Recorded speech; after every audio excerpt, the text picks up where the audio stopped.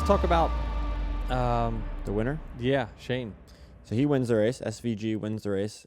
He was dominant all weekend. Great in practice. Good in qualifying. And then Can you say his name? Shane Van. So I thought all weekend it was Shane Van Gisbergen, which is not it. Shane Van Ginsenberger or something burger. Yeah. So Ginsenberger. Well, I feel like we should be able to say it properly. Can you help us out there, Travis? Because I don't want to. Because I thought the same thing you did. Gisbergen. Shane Van Gisbergen. Okay.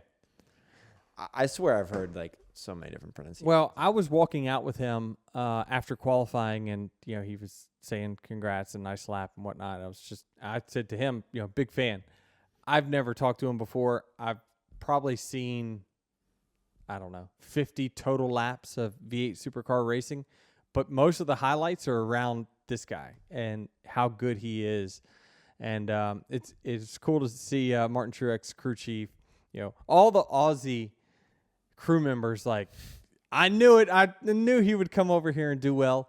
An interesting question that got posed to me. Do you think, after Chase Elliott comments, Kyle Larson comments about, hey, he's going to go back and tell everyone how bad we suck. Does it taint it for you at all, guys, that a guy came in here one time and won? Not at all. I've been waiting for this moment. I've wanted to see one of these guys, these one-off guys, come over, be in a good car, and compete. And when just because I wanted to see what would they do when they actually won the race. So for me, I think it's neat. I think it's good for the sport. I think you want other drivers like this to come over and be competitive. And especially on a track like this, the playing field is so level, right? You guys have never been here. You've never run a street course. You had a couple hours in the sim or however many hours.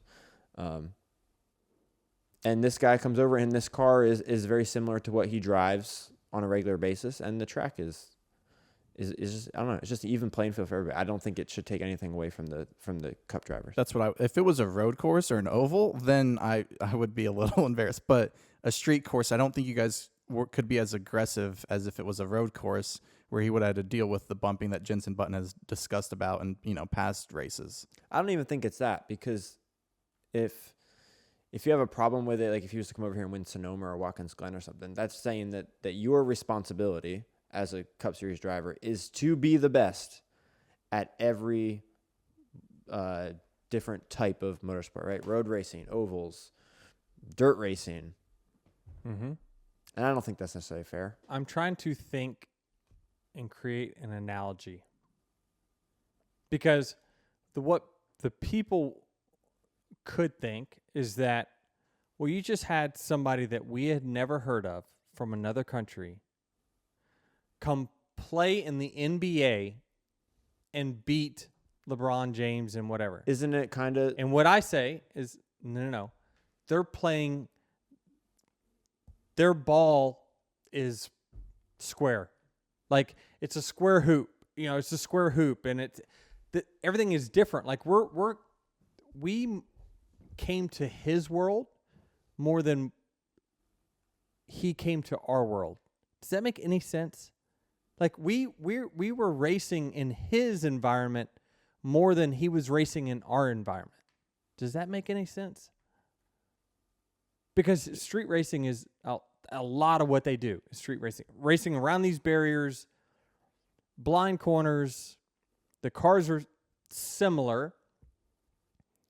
I'm saying that, again, if it was on an oval, this would have been right. The single most incredible accomplishment. I mean, it was. 60-some years it had been since someone won in their first start.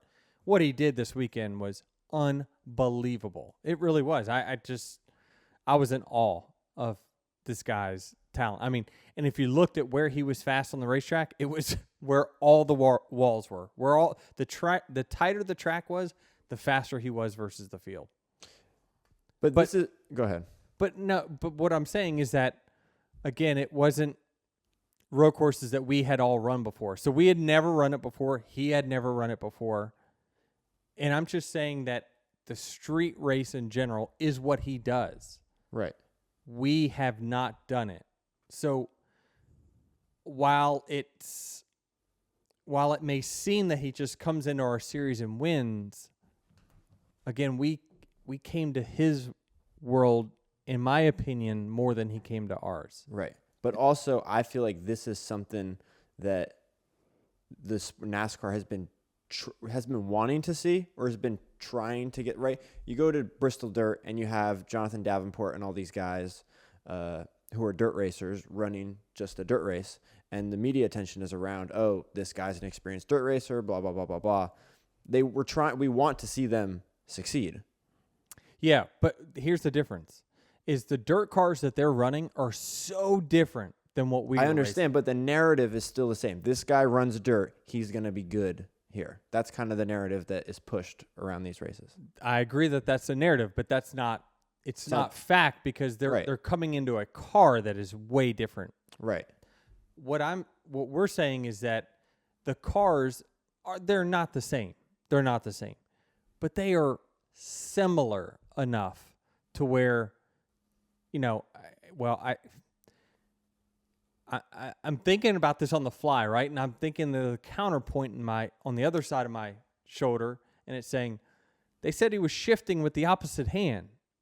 And so that, to me, it blows my mind that, I guess I could do it, but I probably wouldn't be very efficient shifting with the other hand. They said a shifter on because he sits on the other side of the car. Yeah. So he sits on that too. Oh. Yeah, so normally he's on the right side and shifting with his left, and now he's on the left shifting with his right. Oh, this guy's just like the baseball player, Ohtani. He just does it both ways. But here's the thing: just because he's unknown, that just means that us in America aren't paying attention we to knew other. about him. Yeah, like I'm saying, fans. Yeah. Fans not knowing about him. That's our fault. That shouldn't be held against you as drivers. We knew he was really good, but this is just blowing my mind as we're talking about it.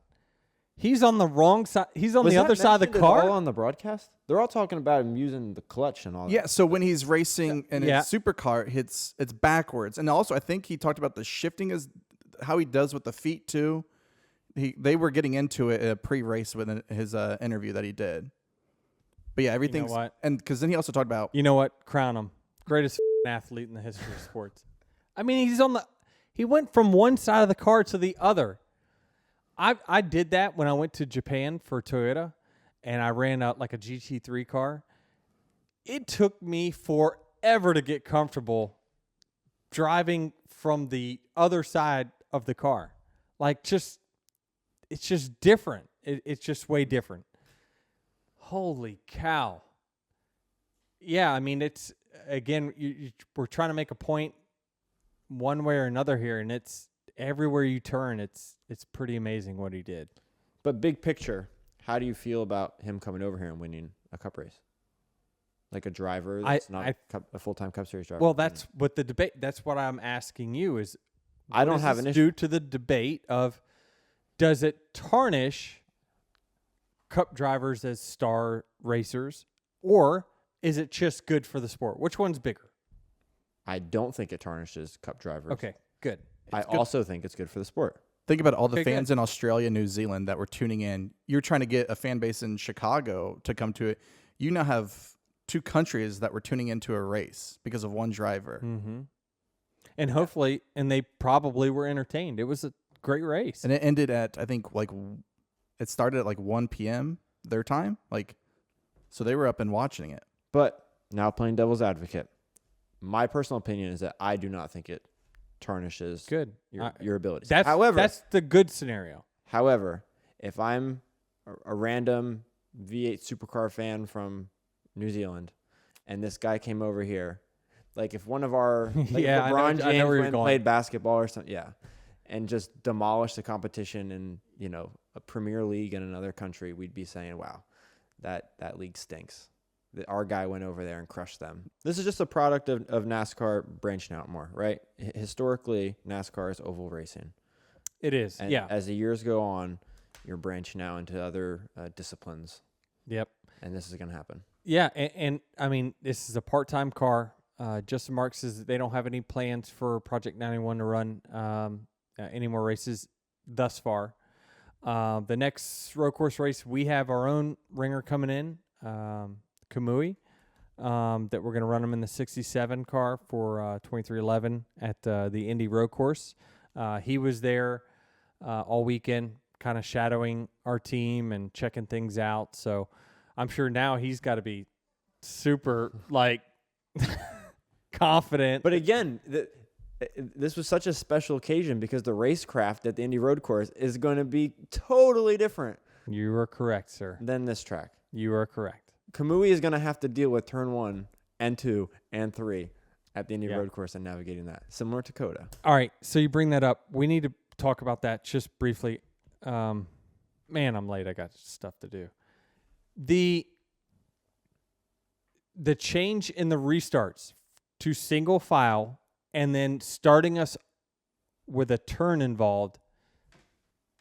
But not a Can- high-speed corner. Can we just say that was a win?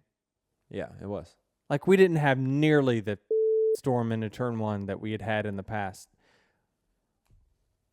I think that half of it was because of single file. The other half was because we started around the bend in turn 12. So I think hats off to NASCAR and the drivers working together there to come up with a restart zone that was different to try to help our product. I hope the fans were pleased with what they saw there. We had still great restarts, guys making passes, but you just didn't have Calamity Corner in turn 1. So great change, in my opinion, with the restarts. And NASCAR making the decision to go single file, that just made things even better. You probably would have still had some issues in a turn 1 had we not gone single file. Just simply because there just wasn't, it was hardly 2 dry lanes entering turn 1. Yeah. So good change there. Hopefully we see that at Indy. We hopefully can make a change at Indy as well to get rid of that turn 1 debacle that we've got. What else we got? I mean, so to put a wrap on it, him winning I think is a good thing. I just hope that it doesn't tarnish our drivers. I hope not. I don't think it should. Yeah, I don't think it should either, just because, I think it just makes what he did feel incredible. The more we talked about it, the more we discussed how different, I'm thinking, well, the cars are similar. And then you say, well, he's on the other side of the car and he's shifting with the other hand.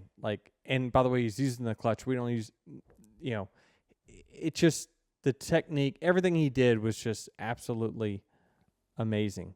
A great weekend for our sport, I think. It's crazy because we draw the bad straw sometimes. Every time we come in town, it's freezing cold, steaming hot, or raining. We don't get great weather that often. But we made the best of it. NASCAR made the best of it and had a great weekend. Yeah. It's great for Justin Marks and Trackhouse. Darian Grubb wins. One of my old crew chiefs. He was at Hendrick for a long time. Great to see him in victory lane. And that team, it's just super happy for them. They look like they had a great celebration afterwards.